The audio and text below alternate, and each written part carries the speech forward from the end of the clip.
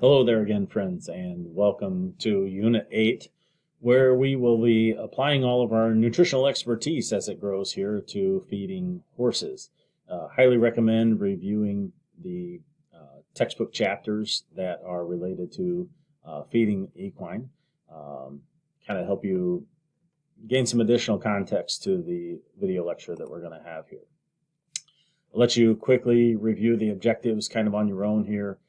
But bottom line, again, is we're going to look at the different life cycle feeding stages really briefly and kind of determine how to go about building a strategy for feeding your horse effectively, cost efficiently, and have the appropriate ration available ingredients and things of that nature.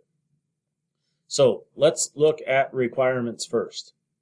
And perhaps it's going to be a little bit murky as we go through this video lecture here because opinions and research on feeding horses is really divided. Frankly, there is a lack of research out there. And some of you, the natural question is going to be why? Like, why don't we have a sound basis for building horse ration feeding approaches? The quick answer to that is industries and universities only fund research for which there is a pretty sound and substantial financial payback. And we just don't necessarily see that in the equine industry. There is a lot of just very simple feeding programs. There's not very many that utilize nutrition professionals for feeding horses. They'll kind of feed similar to what their neighbor suggests to them, or they'll feed based upon a colleague in the industry suggests to them to feed, and kind of loosely tied to what the nutritional requirements are, and certainly not consulting with a lot of nutrition professionals or extension experts.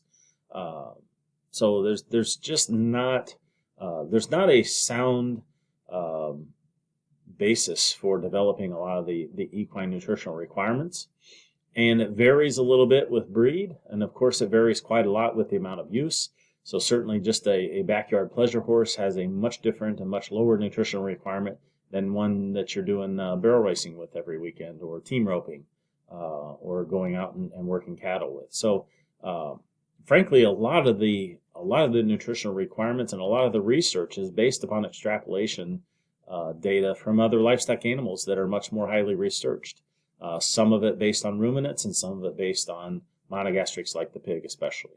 So you'll see a lot of very general type things as we go through here. So let's look at the horse nutritional requirements and two of the main energy features, crude protein and energy. Bottom line, when we talk about feeding crude protein, don't get too wrapped up into high-cost crude protein and amino acid feeding strategies. We don't know a lot about them. It's very, very simply, we just want to match the crude protein content and target of our diet with the age, the workload, the type of hay or pasture that we have in the diet. Otherwise, we're probably going to ignore amino acid feeding altogether. So here's some rules of thumb or simple guidelines for feeding the horse. Basically about 1 pound of crude protein for every 100 pounds of body weight for maintenance. So if you just have that simple pleasure riding gelding out in the barn that weighs, let's say, 1,200 pounds, he's going to need 12% crude protein in his diet. That's really, or 12 pounds of crude protein in his diet, so 12%. For simple maintenance purposes. If he's a full-grown gelding, that's really all he needs. And so a simple oats and hay ration will accomplish just that quite easily. If you've got a pregnant mare out in the barn, add 0.35 pounds of crude protein per 100 pounds of body weight. If you've got a lactating mare out in the barn, add 0.04 pounds of crude protein per pound of milk. And as it says on the right side of the slide there under energy, horses make about 3% of their body weight in milk. So they're not high milk producers, obviously, but that gives you a little bit of an idea of what they will make in terms of milk production to feed a foal. Energy-wise, again, same thing. Needs depend very, very tightly to size, age, workload, exercise amount, things of that nature. So with a slight increase, if we're talking about a gestating mare, the last 3 months of gestation and certainly into lactation. I've highlighted here, watch the body condition score. That's perhaps the most widely used tool amongst all horse owners. Is they really, really are probably more adept than any of the rest of us at feeding based upon what they see on the horse in terms of body score. So, and you'll respond with a little bit more energy, a little bit less energy, depending on what their weight looks like. So, of course, lactating mares are going to need supplemental energy and revisiting that milk production number as listed. A little bit more kind of finishing up our nutrient requirements conversation here. Minerals are really critical for foot and leg soundness. Calcium to phosphorus feeding ratios are going to be 1.5 to 1 up to 2 to 1. So very similar to what we have done with pigs and beef cattle. Salt, horses need about 85 grams of salt per head per day, or about 0.5% of the ration. And they like it as a condiment as well, and sometimes it decreases boredom in the stall. So they will consume salt both for a nutrient need and as a condiment just because they like how it tastes.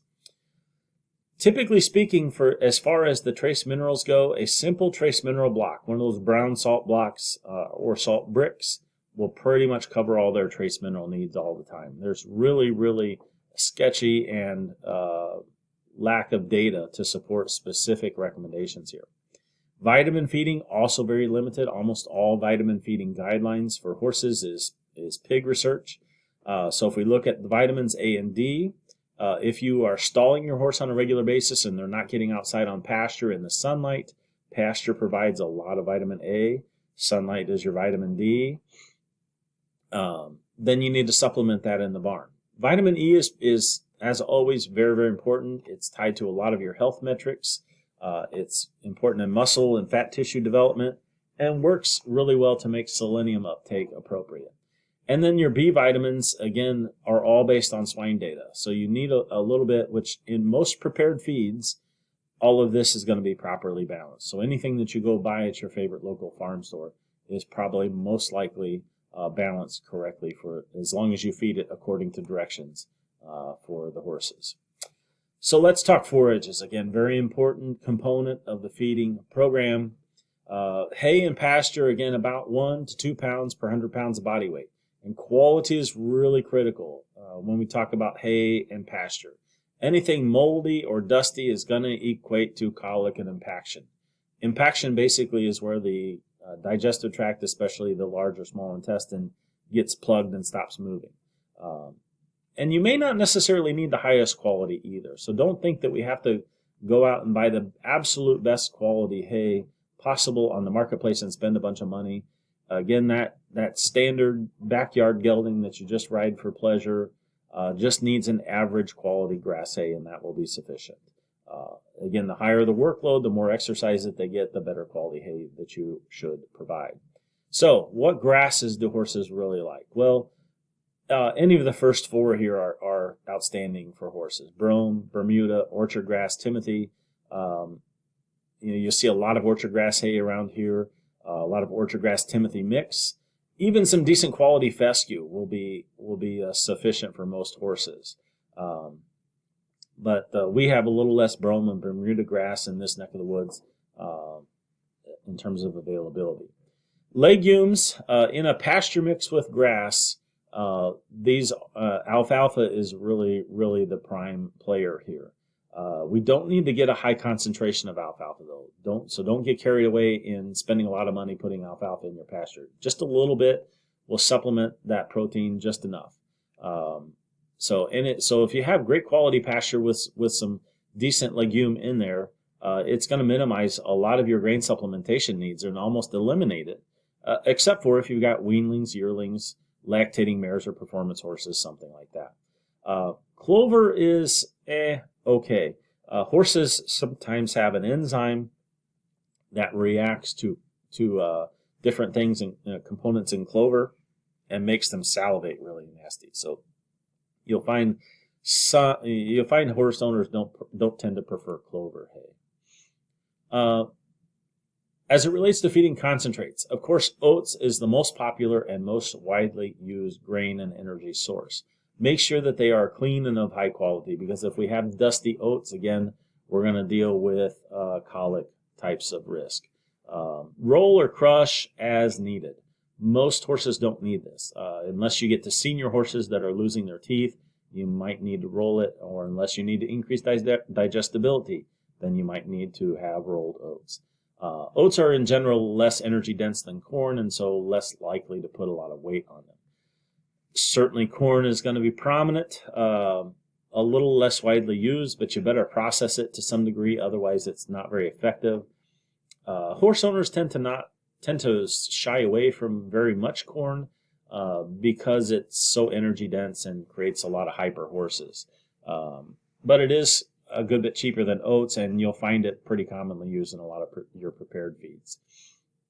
Soybean meal, same thing, very commonly used in your prepared feeds, but as far as an ingredient on the farm, unlikely that you would find it specifically on its own on the farm, just because it's not that necessary, so to speak. You're not going to need that big punch of protein, but it's the highest quality, most economical crude protein source. Linseed meal should be highlighted here, though, because it is very commonly in almost all your prepared feeds and supplements, because of the oil content in linseed meal. Really contributes to hair quality and sheen on the horse, but it's pretty expensive. So it's a byproduct of flax seed. So linseed meal, very, very common. If you look at the list of ingredients on most horse feeds, you'll find a little inclusion of linseed meal. So that wraps up this quick one, a very short video lecture on the horse section here. And again, your take-home messages that I like to throw out there to keep you thinking about what's important is consider what ration is appropriate for the workload needs of your horse. That's really critical. Monitor your pasture grass, and then only supplement feeds as needed, and monitor body condition score. Thanks for tuning in.